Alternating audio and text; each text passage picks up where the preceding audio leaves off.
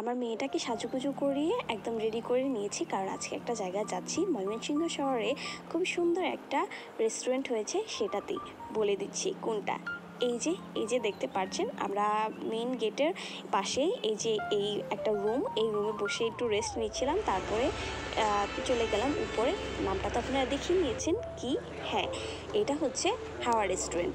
ওইখানে আপনারা যদি চান যে ফ্যামিলি নিয়ে কোনো সুন্দর একটা জায়গাতে একদম নিরিবিলিতে খাবার খেতে যাব, একটু সময় কাটাবো, তাহলে যেতে পারেন হাওয়া রেস্টুরেন্টে। আর এই জমিটা হচ্ছে আমাদের।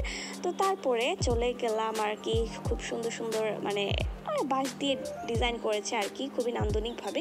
তো এটা দেখে দেখে তারপরে চলে গেলাম আর কি এই যে ভিতরের দিকে। একটু এসি রুমে বসতে চাচ্ছিলাম, মানে অনেক ধরনের রুমই আছে, আপনারা আপনাদের পছন্দ মতো চুজ করে নিতে পারেন যে আপনারা একদম প্রকৃতির হাওয়ার মাঝখানে বসতে চান, নাকি আপনারা এসির মধ্যে বসতে চান, কে কোথায় বসতে চান সেইটা অনুযায়ী আপনারা বলবেন ওনাদেরকেও, ওনারা আপনাদেরকে সাজেস্ট করবে। তো তারপরে এরকম সবুজের মায়া চারদিকে ঘেরা, ওগুলো দেখে দেখে তারপরে খাবার দাবার আমরা অর্ডার দিলাম। মেয়েটাকে দেখে সবাই মাশাআল্লাহ বলতে একদমই ভুলবেন না। তারপরে খাবার একটু মিষ্টি কোনো জাতীয় খাবারও তো খেতে হবে।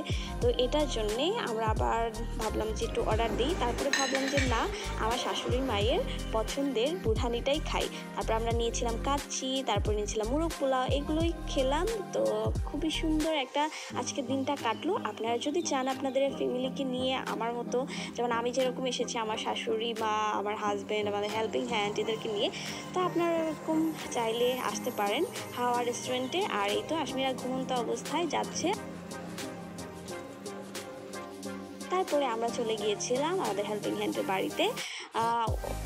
বললো যে চলেন যাই, কোথায় থাকে আমরাও ভাবলাম একটু দেখে আসি। তারপরে আসার সময় এত পরিমাণ বৃষ্টি ছিল, আমরা ওয়েদারটা খুবই এনজয় করে করে আসছি আর কি, খুবই মজা লেগেছে আজকে ঘুরতে। তারপরে আর কি বলবো, অনেক বকবক করে ফেলেছি আজকে। আর না, দেখা হচ্ছে অন্য একটা ভিডিওতে। Tata, bye bye.